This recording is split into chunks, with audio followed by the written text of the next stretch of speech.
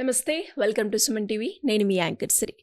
Government job prepare అయ్యే వాళ్ళకి ఎస్పెషల్గా నేను స్కోర్ బాగానే చేశాను, కానీ షార్ట్ లిస్ట్లో నా పేరు లేదు అని అనుకుంటాను. ఇది ఎందుకు జరుగుతుంది? దీని గురించే కంప్లీట్గా ఇన్ఫర్మేషన్ ఇవ్వడానికి మనతో పాటు శ్రీధర్ సీసీ నుంచి సుధీర్ గారు ఉన్నారు. అడిగి తెలుసుకునే ప్రయత్నం చేద్దాం. నమస్కారం సార్. నమస్కారం. సార్, ఒక్కసారి మనం ఎగ్జామ్ రాసాము అంటే ఎలా ఉంటుంది, ఎలా వస్తుంది అని అనుకుంటాం. అండ్ రాసిన తర్వాత కాన్ఫిడెంట్గా నేను బాగా రాశాను, నాకు స్కోర్ వస్తుంది అని అనుకుంటారు. కట్ చేస్తే షార్ట్ లిస్ట్లో పేరు ఉండదు. ఇది ఎందుకు జరుగుతుంది అంటారు సార్? శ్రీ గారు, మీకు ఇందులో 2 ఆస్పెక్ట్స్ కూడా ఉన్నాయండి. రెండోది కూడా ఉంది. మీరు ఒకటి చెప్పారు, ఎగ్జామ్ బాగా రాసామని అనుకుంటాము, కానీ ఫైనల్ లిస్ట్లో మన పేరు ఉండదు.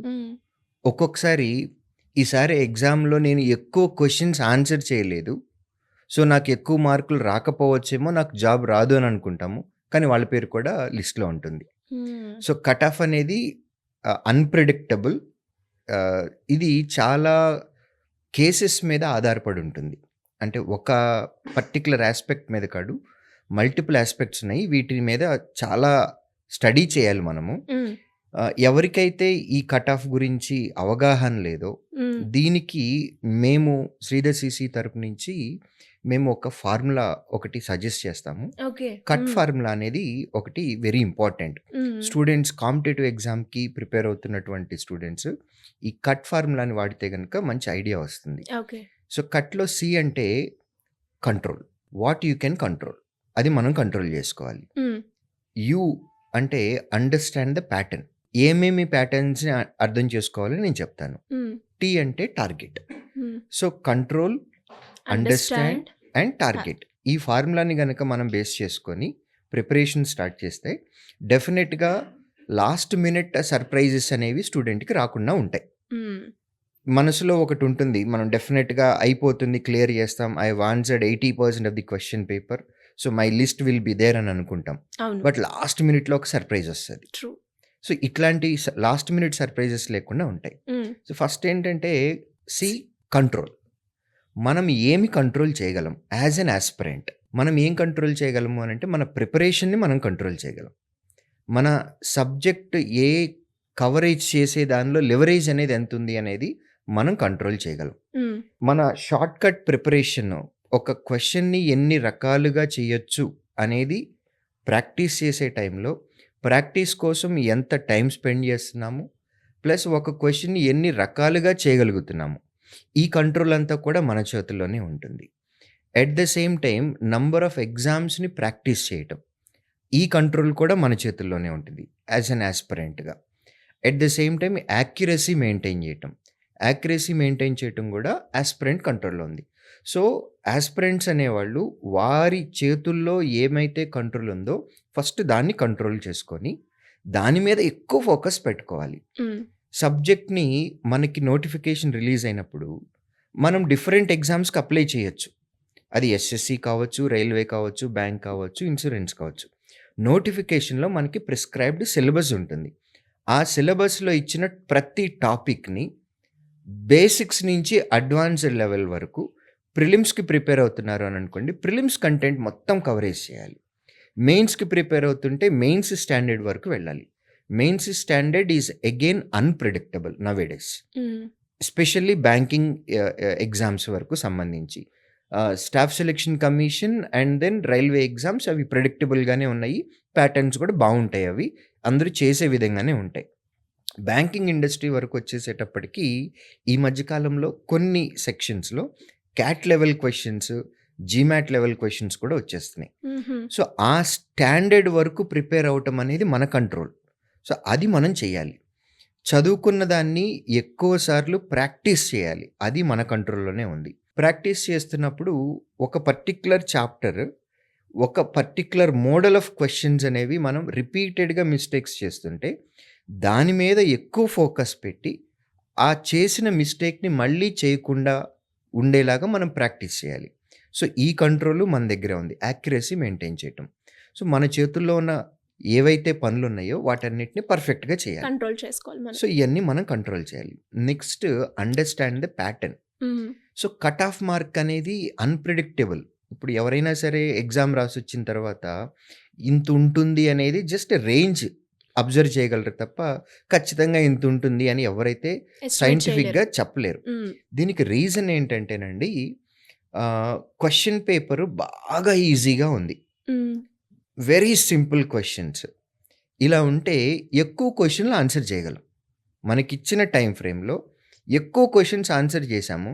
అలా మీతో పాటు స్టూడెంట్ ఎవరైతే ఎగ్జామ్ రాస్తున్నారో, ఎగ్జామ్ రాసిన ప్రతి మనిషి కూడా ఎక్కువ క్వశ్చన్స్ ఆన్సర్ చేయగలరు. అంటే క్వశ్చన్ మీకు ఎగ్జాంపుల్‌గా చెప్తున్నాను. ఇండియాకి ప్రైమ్ మినిస్టర్ ఎవరు అని అన్నారనుకోండి. ఇది అందరికీ తెలిసిన క్వశ్చనే. సో, క్వశ్చన్స్ ఇలా సింపుల్‌గా ఉంటే గనక ఎక్కువ క్వశ్చన్స్ ఆన్సర్ చేస్తారు కాబట్టి కట్ ఆఫ్ మార్క్ ఆబ్వియస్‌గా ఎక్కువుంటుంది.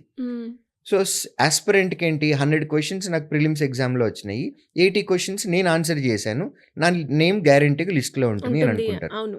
ఫ్యాక్ట్ ఏంటి? ఈ 80 క్వశ్చన్స్ అందరూ రాశారు మనతో పాటు. అవును sir. Yes. So, question paper సింపుల్‌గా ఉందంటే కట్ ఆఫ్ మార్క్ ఎక్కువగా ఎక్కువుంటుంది. ఉంటుంది. క్వెషన్ పేపర్ లెంథీగా ఉంది అని అనుకోండి. హ్మ్. క్వెషన్ సాల్వ్ చేయటానికి, ఆన్సర్ చేయటానికి ఎక్కువ టైం పట్టేలాగా ఉన్నట్లయితే మనకిచ్చినటువంటి టైంలో ఎక్కువ క్వెషన్స్ ఆన్సర్ చేయలేం. సో, అప్పుడు కట్ ఆఫ్ మార్క్ అనేది తక్కువగా ఉంటుంది. యాస్పిరెంట్‌కి ఏమనిపిస్తది? నాకు 200 క్వెషన్ మెయిన్స్‌లో ఇస్తే నేను 80 క్వెషన్‌లే ఆన్సర్ చేశాను. నాకు రాదు అని అనిపిస్తది. బట్ 80 క్వెషన్స్ 100% స్ట్రైక్ రేట్ తోటి గనక ఆన్సర్‌లు పెడితే డెఫినిట్‌గా వాళ్ళ నేమ్ లిస్ట్‌లో ఉంటుంది. హుహు. Ideally we will suggest 50% questions with 100% accuracy in mains exam hmm. Will definitely clear the exam. Accuracy అనేది చాలా చాలా ఇంపార్టెంట్.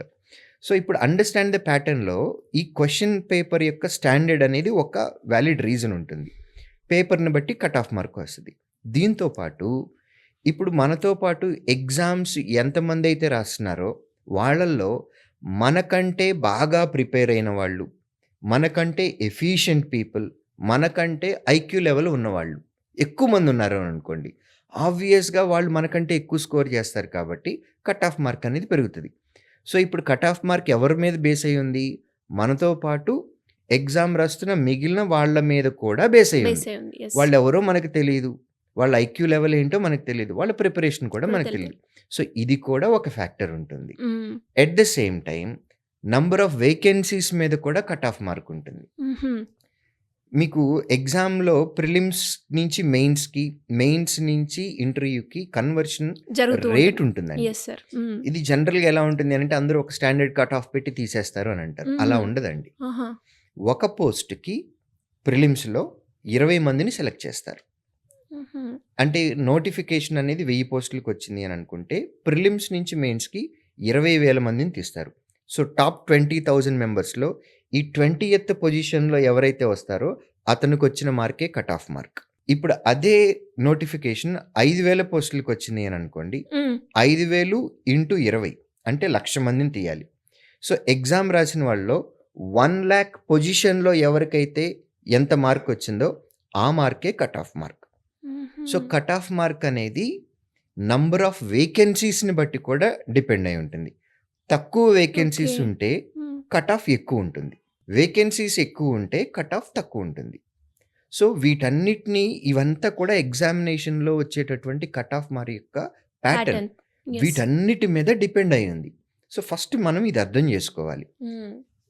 తర్వాత టార్గెట్ పెట్టుకోవాలి. కట్‌లో టీ అంటే టార్గెట్. హ్మ్. యాస్పిరెంట్ ఎప్పుడు ఎగ్జామ్‌కి వెళ్ళేటప్పుడు ముందు గత 5 సంవత్సరాలుగా ఏ సేమ్ పరీక్ష వాళ్ళు ఏదైతే ఎగ్జామ్ రాస్తున్నారో అదే ఎగ్జామ్ లాస్ట్ 5 ఇయర్స్‌లో ఉన్నటువంటి కట్ ఆఫ్ మార్క్ ఎంతుందో ఐడెంటిఫై చేసుకోవాలి.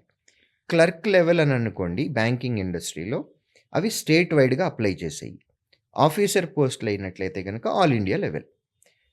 ఎస్ఎస్‌సి స్టాఫ్ సెలక్షన్ కమిషన్ కానివ్వండి, లేకపోతే రైల్వే ఎగ్జామ్స్ కానివ్వండి, అవేంటంటే ఆల్ ఇండియా లెవెల్. రైల్వేలో అయితేనేమో జోన్ వైస్‌గా ఉంటాయి. సికింద్రాబాద్ మనదొక జోన్. హ్మ్. South central railway. హ్మ్. మనం ఏ జోన్‌కి అప్లై చేశామో ఆ జోన్‌లో గత నోటిఫికేషన్స్ యొక్క కట్ ఆఫ్ మార్క్ ఎంతుంది? ఇది ఒక టెంటేటివ్ ఐడియా వస్తది మనకి. ప్యాటర్న్ ఎలా ఉందో తెలుస్తది. హ్మ్.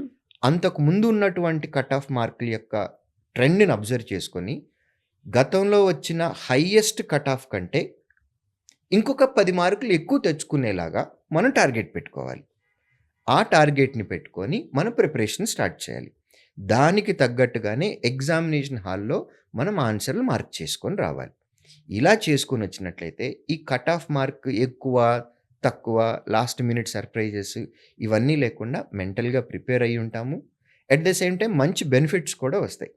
సో, ఇలా గనక ఫాలో అయినట్లయితే కాంపిటేటివ్ ఎగ్జామ్స్‌లో స్టూడెంట్స్‌కి మంచి బెనిఫిట్ అనేది జరుగుతుంది.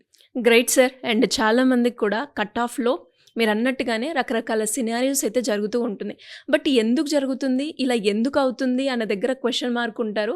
అండ్ ఎస్పెషల్లీ ఈ స్కోర్ చేశాము రాలేదు అన్నప్పుడు మెంటల్‌గా కూడా చాలా డిస్టర్బ్ అవుతూ ఉంటారు.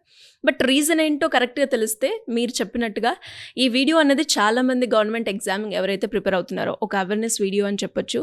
మీరు చెప్పిన ప్రతి పాయింట్‌లో కూడా ఎగ్జామ్ ప్యాటర్న్ ఏ విధంగా ఉంటుంది, కట్ ఆఫ్ ఏ విధంగా చేస్తారు, కాంపిటీషన్ ఉన్నప్పుడు ఏ రకంగా ఉంటుంది, ఇవన్నీ కూడా చాలా బాగా యూస్ఫుల్ అవుతాయి. ఇలా ఎవరికైనా కూడా ఏ సబ్జెక్ట్ మీద అయినా లేదు అంటే కాంపిటేటివ్ ఎగ్జామ్కి మేము ప్రిపేర్ అవ్వాలి, మీ దగ్గరలో శ్రీధర్ సీసీలో జాయిన్ అవ్వాలి అనుకునే వాళ్ళు ఎవరైనా కూడా మిమ్మల్ని ఏ రకంగా అప్రోచ్ అయ్యే ఛాన్స్ ఉందంటారు సార్?